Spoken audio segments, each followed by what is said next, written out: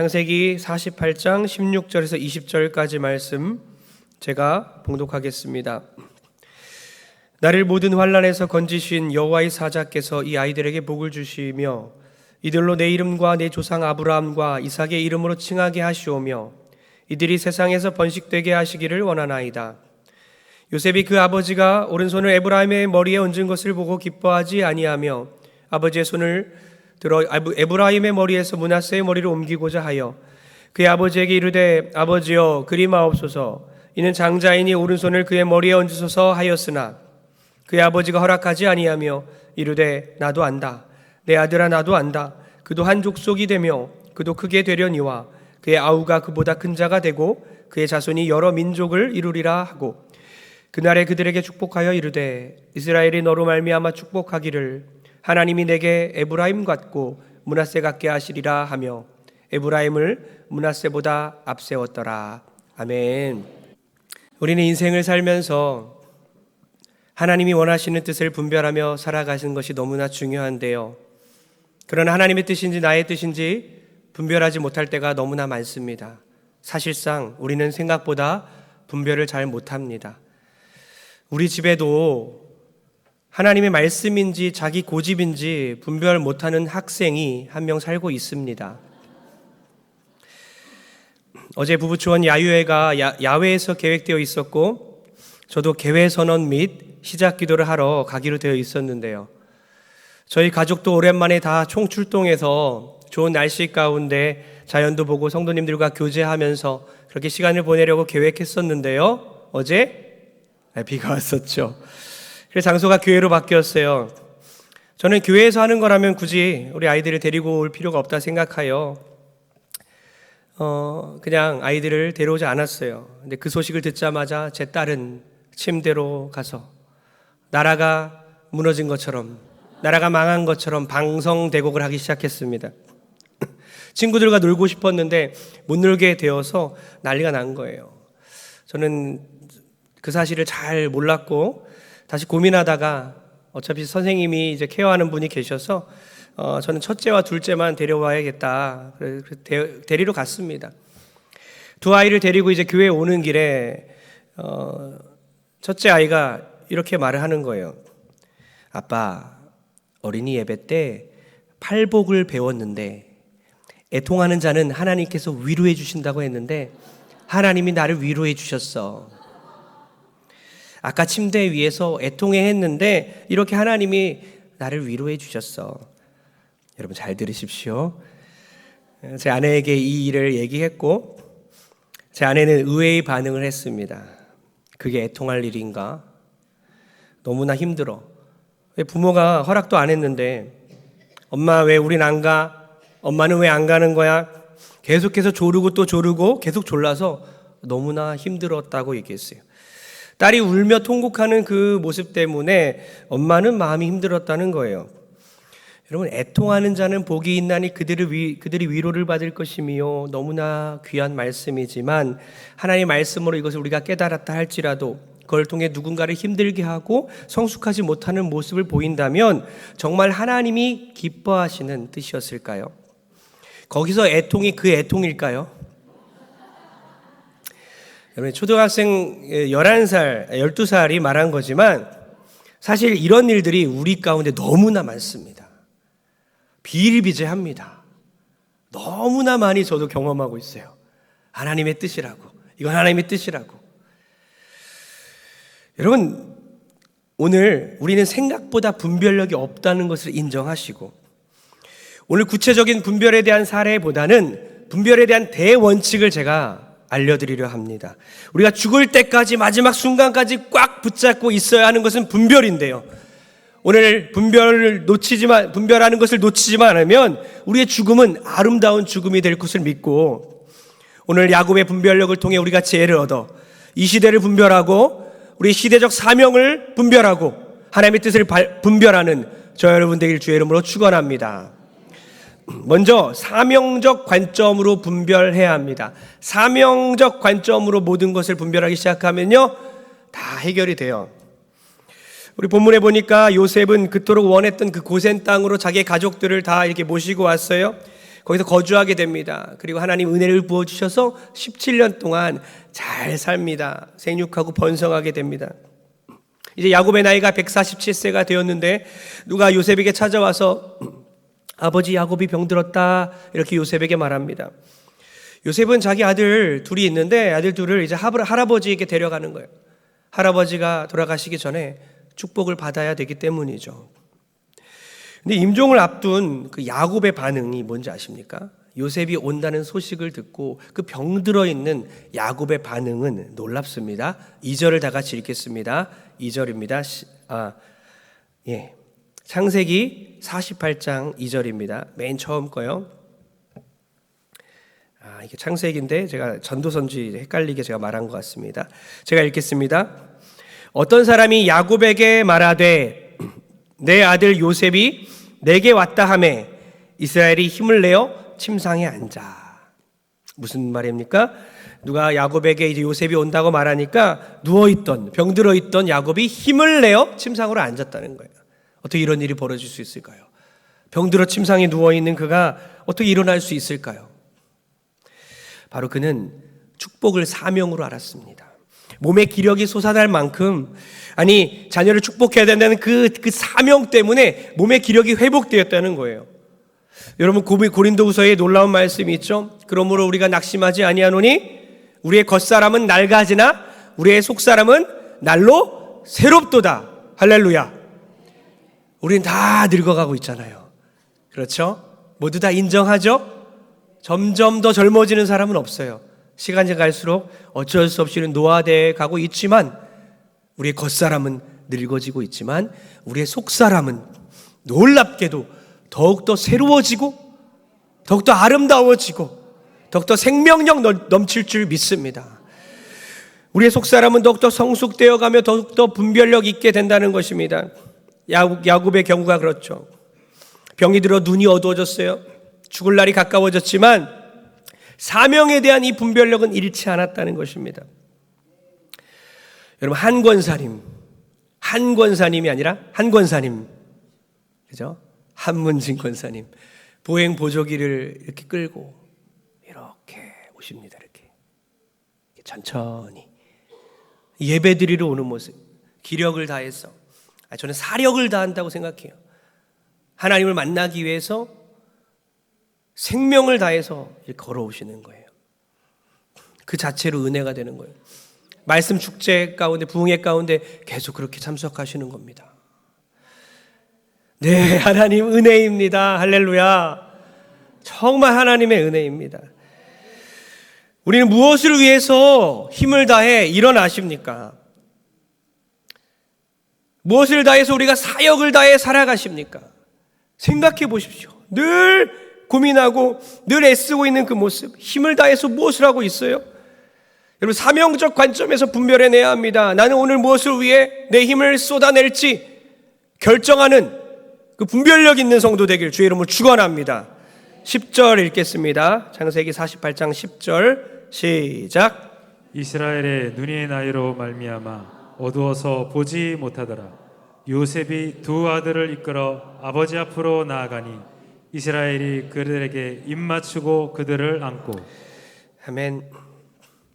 지금 장남 므낫세와 차남 에브라임을 요셉이 데려왔어요. 근데 이 므낫세와 에브라임은 어디서 나왔습니까?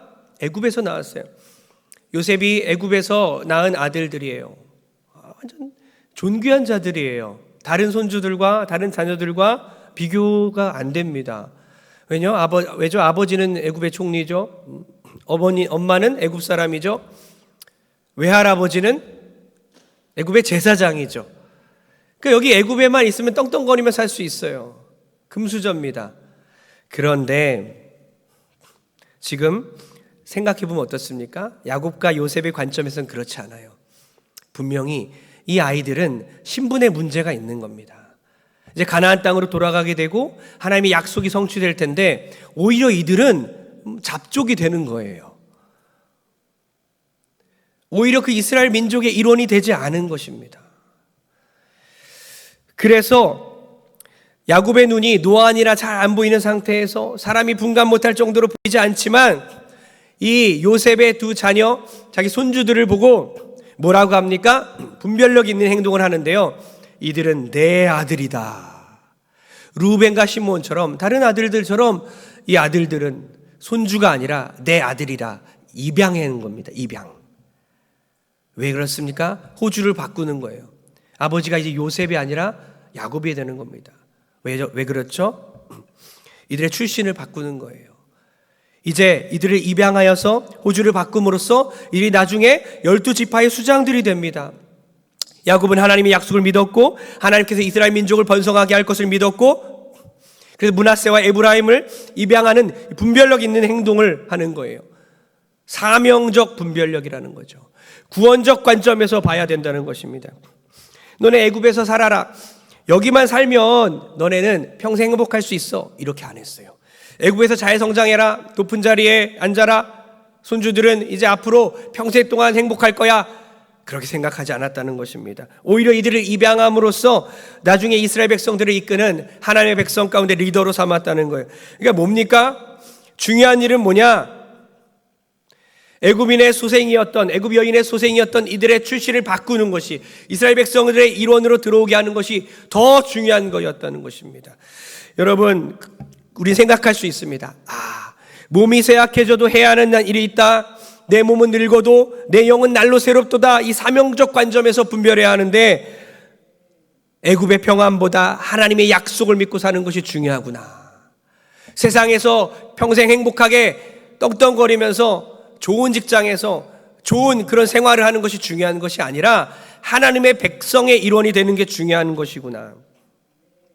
우리가 임종 직전까지 마지막까지 꼭 붙잡아야 하는 것은 영적 분별력인데요. 우리에게 무슨 사명이 있습니까? 내가 해야 할 일은 무엇입니까? 그것을 분별해내야만 합니다. 저는 죽는 순간까지 욕심을 버리지 못하는 사람을 너무 많이 봐요. 믿음 있다 하지만 생각해 보세요. 늘 이것이 의문이에요. 우리 주변에 많이 없는 것 같아요. 신앙의 연수가 더 깊어질수록 예수님을 닮아야 되잖아요. 예수님 같아. 근데 그런 어르신들이 많지 않아요. 성화의 그 마지막으로 가면 갈수록 예수님을 닮아가야 함에도 불구하고 늘 저는 이것이 의문인 거예요. 왜 생애 마지막까지 움켜잡은 손을 놓지 못하는 것일까? 왜 탐욕스러운 모습으로 끝까지 나 야곱이 한창 때 그리했던 것처럼 나 자신만을 위해 살다가 그렇게 죽음을 맞이하는 이 모습이 늘 안타까워요. 나도 그렇게 되면 어떡하지? 여러분, 야곱은 평생 그렇게 살았잖아요. 창세기 32장 26절 한번 보여주십시오. 다 같이 시작.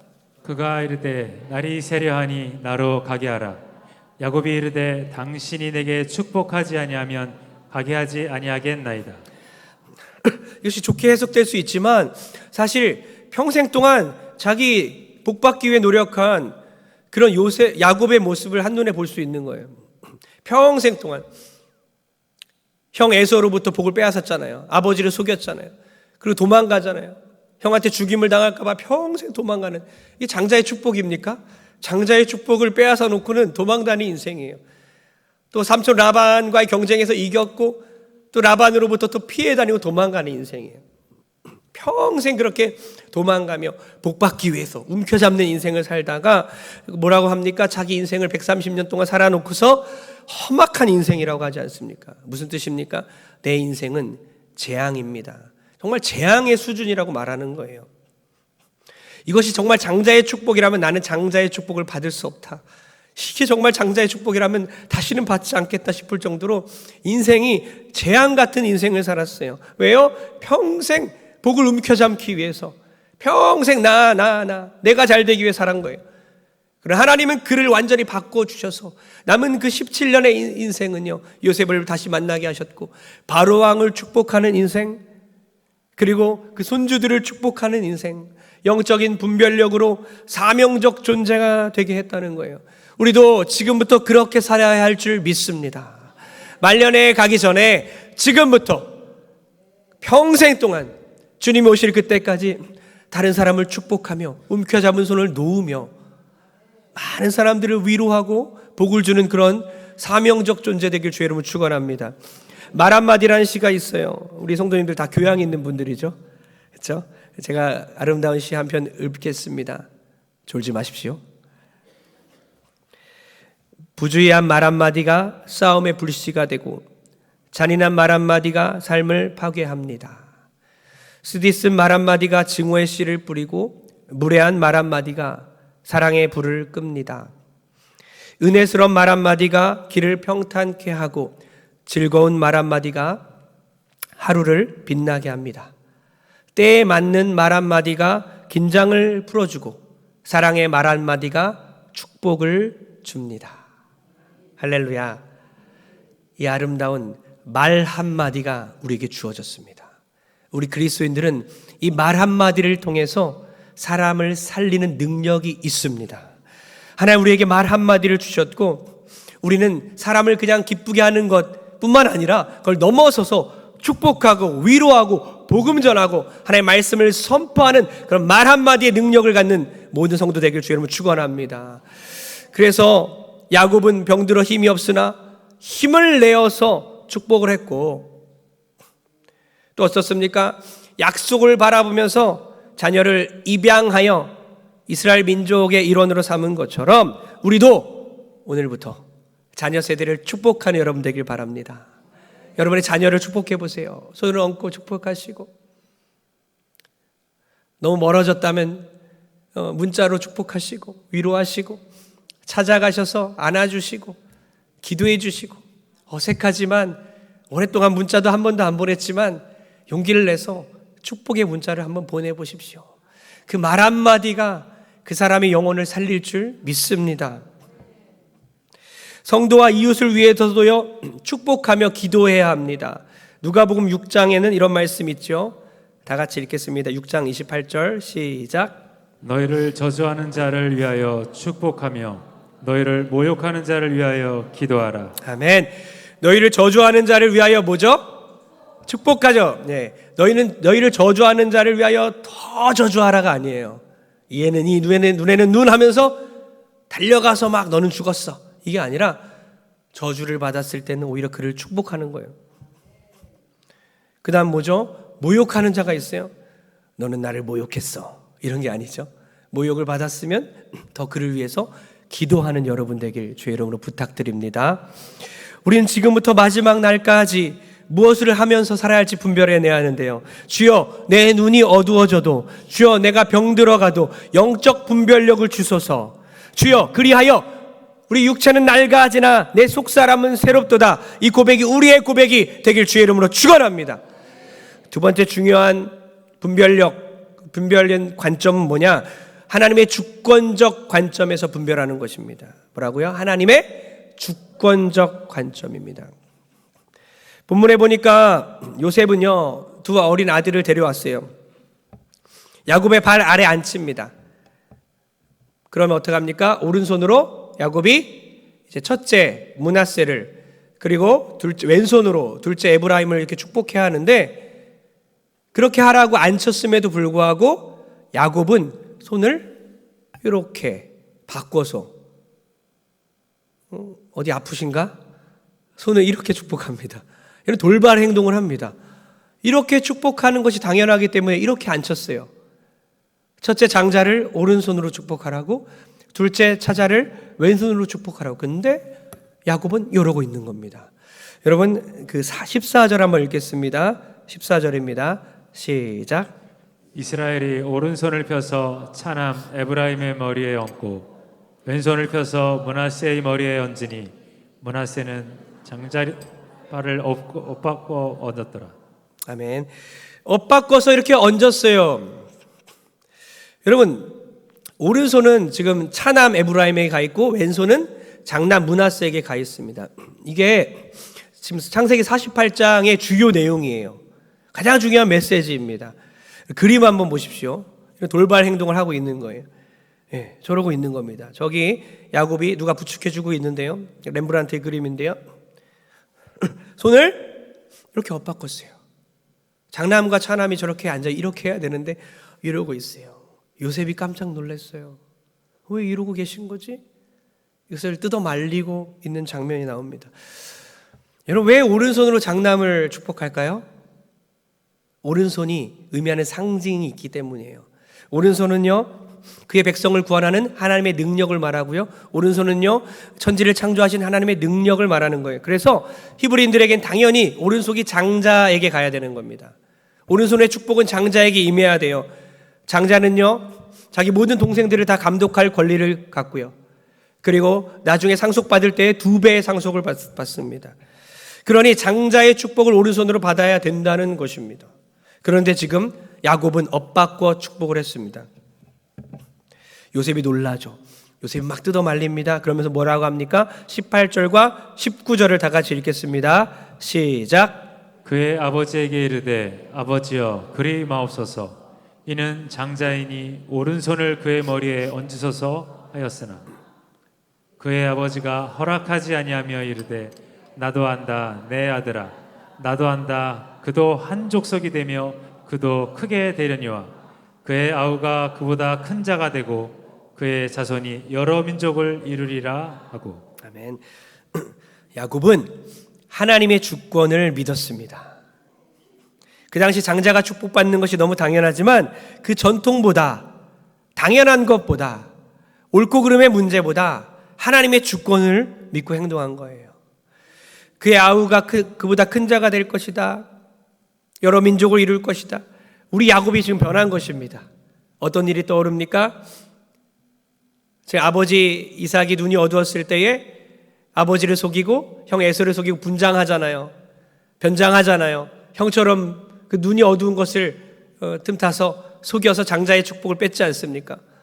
그랬던 그가 정말 어느 때보다도 더 영롱하게, 더 지혜롭게, 더 분별력 있게 행동하는 거예요. 자기의 눈이 어둡고 병들어 있지만 분명히 사람을 확인하고 엇바꿔서 축복합니다. 이는 자기의 생각보다, 자기의 뜻보다, 세상의 그 관습보다, 그 문화보다, 그 전통보다 하나님의 뜻을 소중히 여겼다는 겁니다. 하나님의 주권을 믿었다는 것입니다. 마지막 그 순간의 믿음의 선택을 하고 있는 그 야곱. 우리도 전통보다, 우리의 생각보다 하나님의 주권을 믿어야 할 줄 믿습니다.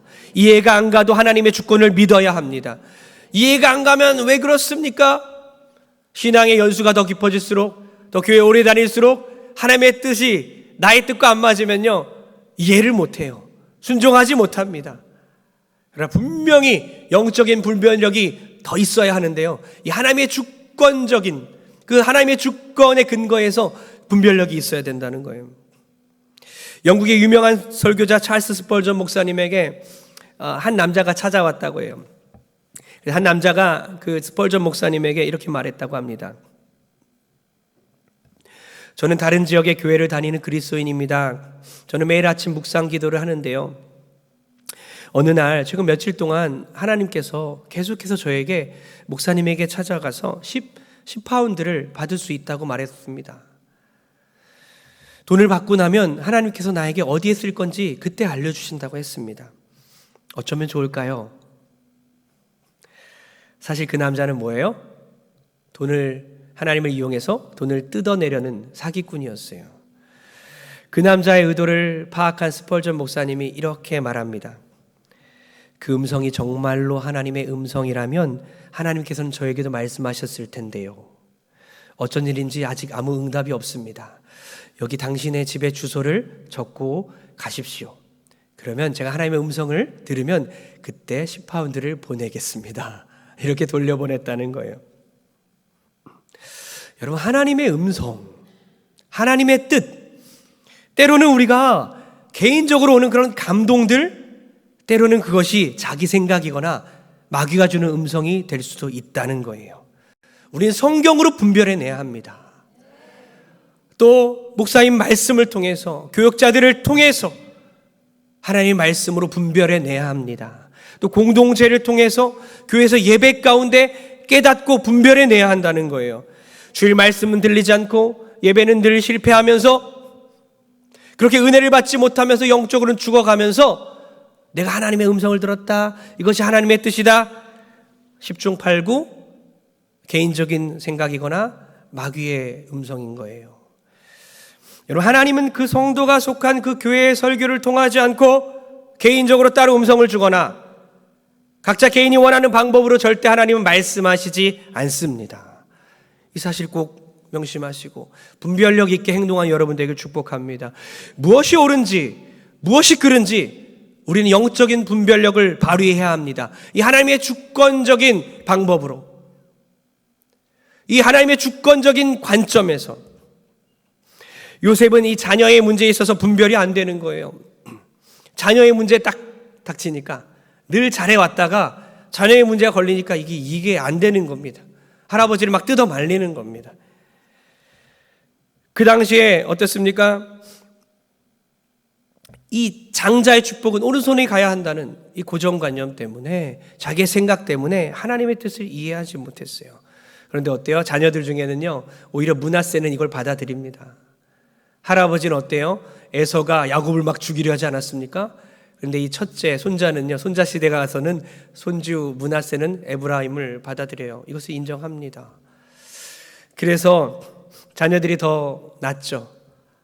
그래서 이런 말이 있죠. 문제아는 없고 문제 부모만 있다. 그러면 오히려 할아버지는 지금 이걸 분별하고 있습니다. 요셉은 분별하지 못하고 있지만 자녀는 분별하고 있고, 또 할아버지 야곱은 분별하고 있어요. 하나님의 주권을 믿었고, 엇바꾼 축복, 정상적인 행위는 아니었지만, 그 당시에 부딪히는 문제였지만, 자기 사랑하는 그 아들 요셉과 부딪히는 문제였지만, 눈에 넣어도 안 아플 그 사랑하는 그 요셉과 부딪히는 문제였지만 결코 양보할 수 없었다는 거예요. 그러니까 육체적으로 쇠약해졌지만 영적으로 누구보다도 밝게 깨어 있었다는 겁니다. 나도 안다, 나도 알아. 인간적으로 나도 안다. 그러나 초자연적인 하나님이 주시는 그 지식으로, 지혜로 분별해내야 했다는 것입니다. 인간적인 생각으로는 나도 안다. 축복은 장자가 받는 게 맞지. 그러나 하나님의 섭리가 우선함을 그는 깨달았어요. 하나님의 주권이 먼저인 겁니다. 하나님의 주권적 관점에서 분별했습니다. 때론 이해가 안 가도 하나님의 주권이 중요하다는 거죠.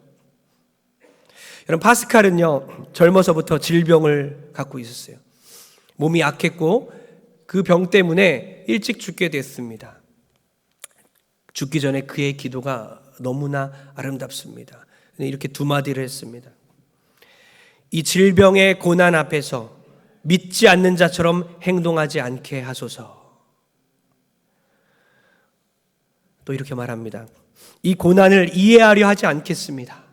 다만 찬송할 뿐입니다. 우리는 이해가 가지 않아요. 잘 모르겠습니다.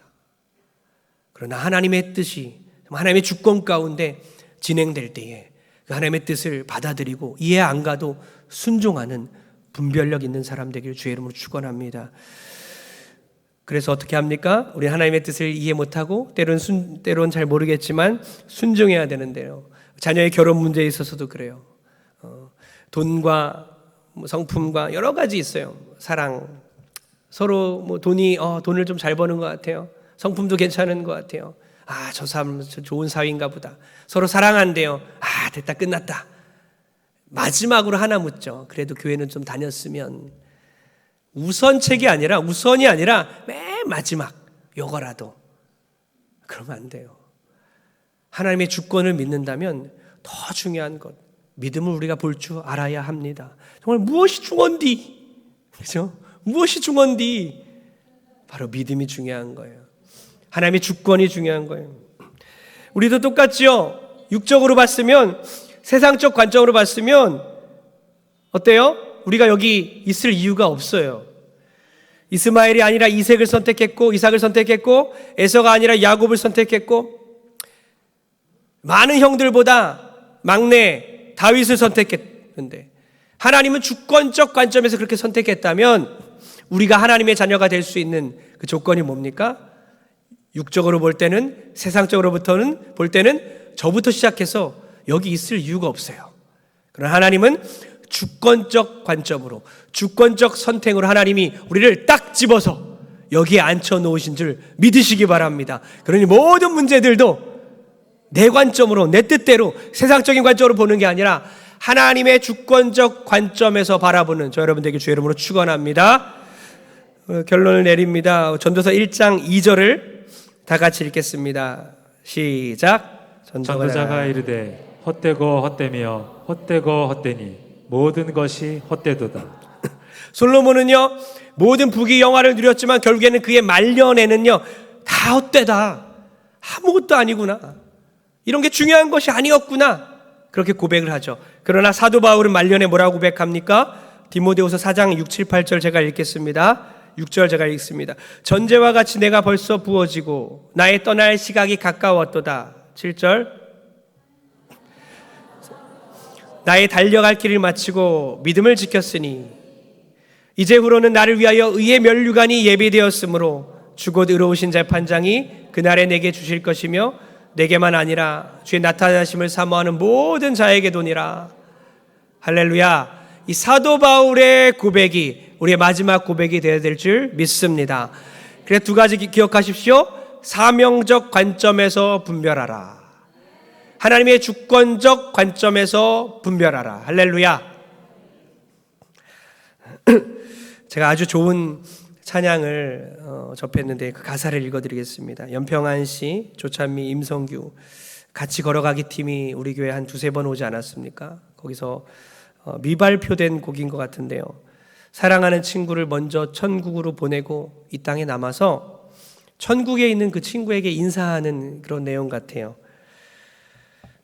먼저 가셨네 그려 내 걱정은 마시오 나는 여기 주와 함께 내 길을 마치고 가겠소.